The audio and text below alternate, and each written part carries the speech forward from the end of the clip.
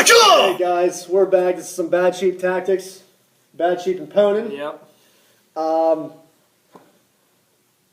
It's so late. It's like almost 2 a.m. We've been working all day, so I've been at this store since 11. Ponin's been at our Indiana location since 11. it's about an hour away, so Yeah, we both have an hour drive back home, and I got to be here again at 11.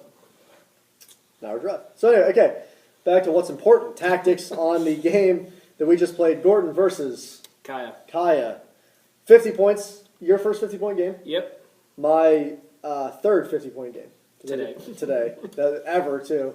Today I played a lot of War Machine. Turn one. What were your thoughts going into the game? What were you going to try to do? Well, like you said, this is my first 50-point game. All the new models I had, I put them together last night. Actually, no, this morning. I did put them together this morning before I went to work. So, a lot of it was just to try them out. I really wanted to work with the Wilder. I've heard they're really good. The Druids, I've heard a lot of good things about the Druids and the unit attachment to that. That was probably the second time I've used them. I think I used them once, like a 15 or 35-point game, something small. That was what we were still learning, too. Yeah. Like the rules. Mm-hmm. So the first time with the Stones, Druid, and the Wilder, and the Druids. So it was probably a good 15 points that I just hadn't played with yet. So a lot of it was, how does this unit work? How can I make this unit work with my list? So that was pretty much it going into it. Yeah, dude. I did get a lot of time with my list today. So, Boom Howlers I think are amazing. He doesn't think they're as amazing as I think they are. We had this discussion earlier. He thinks they did something important. I think they only did okay. So. I mean, the other games I played, they just ran up and just tied stuff up. Super Tar Pit, it's super tough on a 4+. And really, the idea with them is me deploying them completely to the left is every game I like to run them basically diagonally across the board, and then on turn 2 I run them into stuff. So I try to tie up an entire flank if I can, which allows my 2 Hammer Dwarf units to kind of crush over to the other flank, along with Craigback and Lug, which I never really played with, a Basher and all that other fun stuff.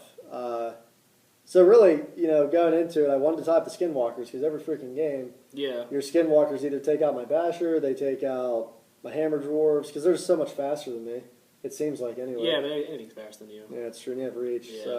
So really, what happened was his tar pit hit my tar pit, and they just tar pitted each other. But your tar pit can always do more damage than my tar pits. Yeah, well, I never had a tar pit, first of all. So that's another thing, too, is like... It's my first tar pits. That's why I think they're amazing. It was my first time using a tar pit jam unit. And all 3 games, it was just a successful jam. So that was kind of the idea. It was just hopefully tie up his flank. And I knew you could do a lot of teleport shenanigans, and I wasn't sure about the shifting stones. So I was just hoping that I was setting up enough where it was going to be really hard for you to teleport where you needed to. And... hopefully just get charges off, crush a flank, and then by the time you get through my Gregor unit, I could just kind of sweep across. And that is actually kind of what happened, but, we both made some tactical errors, though. You not knowing what... Yeah, I think that was my biggest handicap coming into this game, was that I didn't know how to effectively use the stones. It wasn't until I turned 3 I looked at the card and realized they had advanced deployment. Yeah, so that really hurt. That would have changed the game entirely. And then someone explained to me how the triangle formation worked for them. I didn't have to have them like that. They could actually expand out, and I could put a lot more of my army inside of them instead of just the single stalker or the single caster or whatever it was. Yeah. So that would have helped, because I would have just teleported stuff out of them instead of moving them around like I did. Yeah. And you would have definitely been behind me. It would have been a lot weird. If I wouldn't have been behind you, I probably would have at least got a stalker in front of your Forge Guard a lot faster, and that would have... I feel like that would have changed quite a bit. That would have, because you definitely have had stalkers in on my Forge Guard, and you wipe them. That's all they do. Yeah. So and that was the other thing that I was thinking going into the game was because I don't have to worry about the skinwalkers and some of the other fast elements of your army.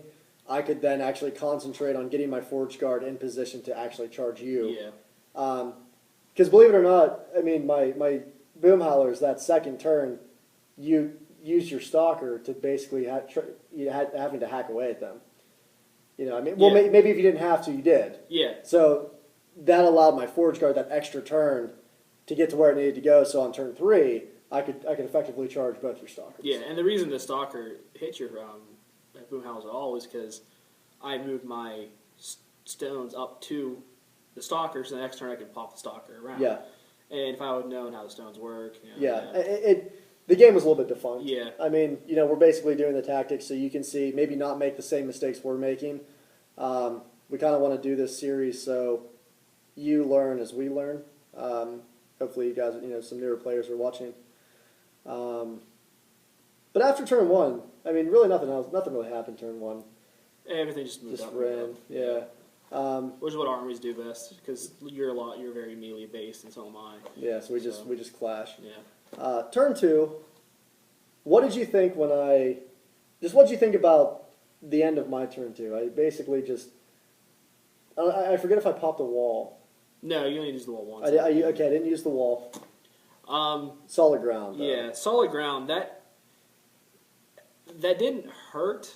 It was just annoying because then I couldn't use the blast from the druid. Mm-hmm. So that really hurt a lot. Yep. It would have been really nice to get all your Forge Guard clumped up and blow them. Because they're always clumped up. Yeah, and just blow them to hell. You made me nervous with the jumpy guy.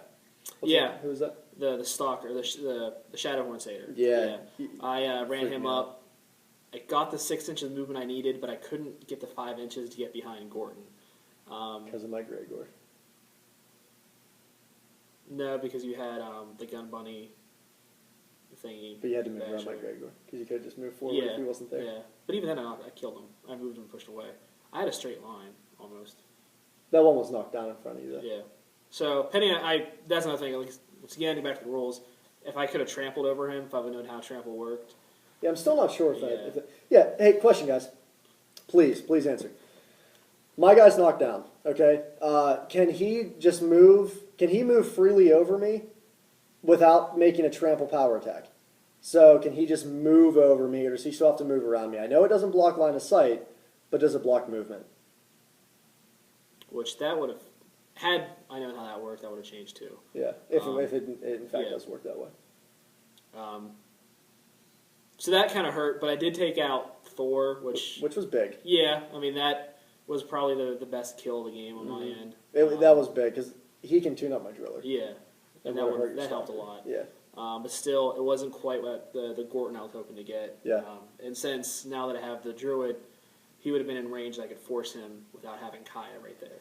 Yep. So which would have been really nice to just boost him up, win. Yep. But it didn't work out that way. So that came down an inch and a half. It was it was literally that much.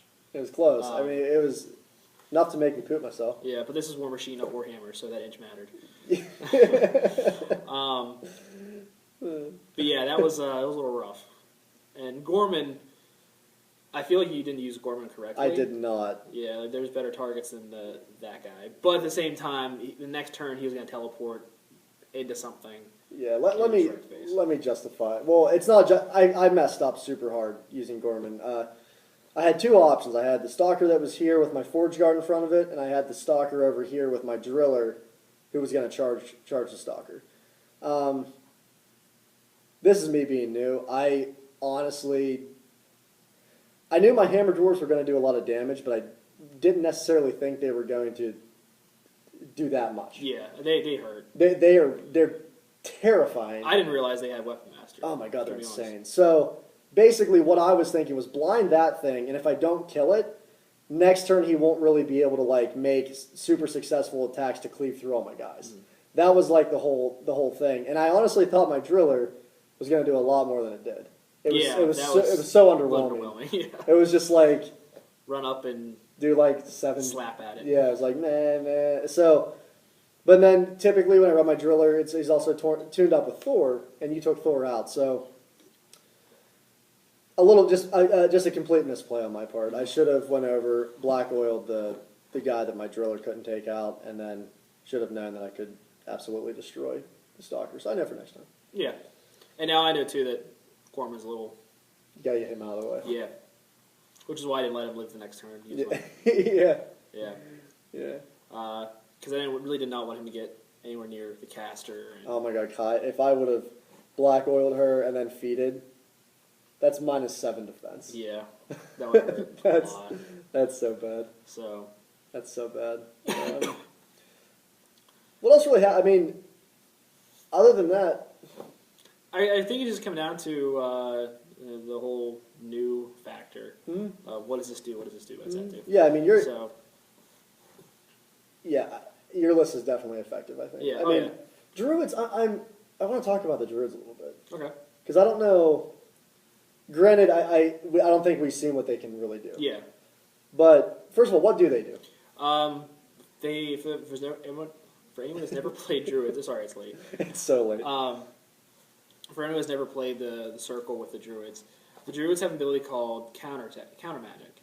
So anything within essentially 9 inches, no magic happens. Okay. So that's why I was talking about Gorman, because I wasn't going to kill Gorman initially. I was just going to run up until you couldn't do something. And then watch as you got frustrated and swore.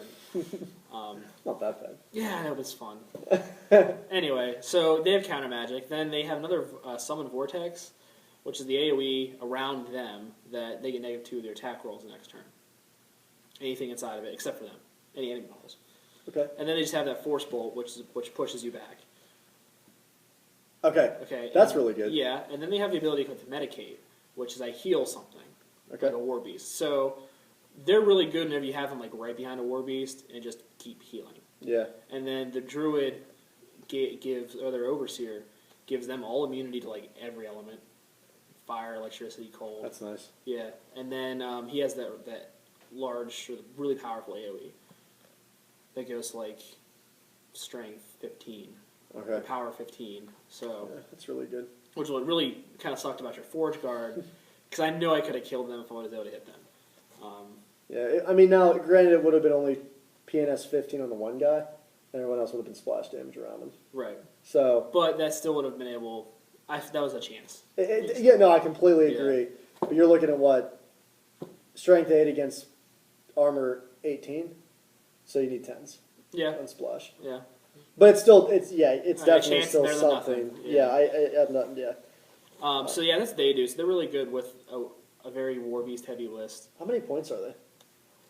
I think they're pretty cheap, like 7, I think. Okay. Something like that. But that's maybe 5 for like 6 of them.